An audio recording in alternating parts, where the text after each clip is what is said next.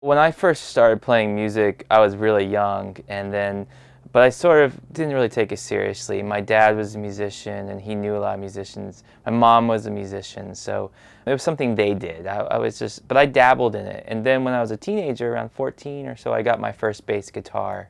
And after I got that, I kind of took some music classes in school. I discovered that I had a knack for understanding the way scales moved within chordal structures and stuff like that. It kind of came to me pretty easy. So my music teacher saw there was something there. So we started working when I was 15, 16 into actually graduating high school a year early.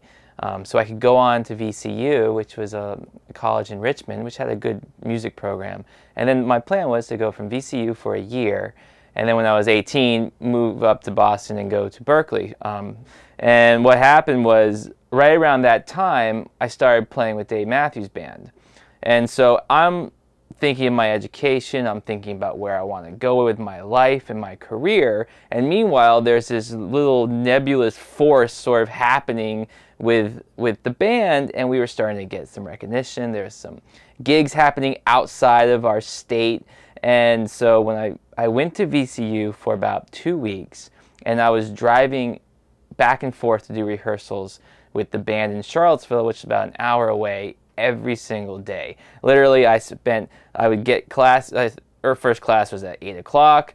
I'd go till about, 4 o'clock or so, kind of get everything done, drive down to Charlottesville, have rehearsals till 2 in the morning, get back in my car, just go up to school, party with my friends at school, and then sleep for an hour and then get up and do the whole thing over again. And it started killing me. And at one point, we had a gig in Colorado, and it was going to be a 2-week time that I was going to be gone. And it was around the same time the school came to me and said, hey, we would really prefer it if you kept all your extracurricular stuff in the school, like all your ensembles and other bands and everything.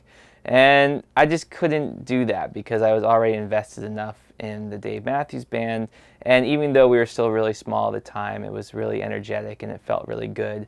And I was playing with musicians who were already professional musicians, so to me it was like, well, how can I not play with a professional musician if I'm given that opportunity? So I left a little note on my jazz the head of the jazz department's door, because he wasn't in, and I was leaving that day. Thanks for all the help for getting me in your school, and I'm on my way, and I would love to come back if time ever serves right. So anyway, that was almost 20 years ago.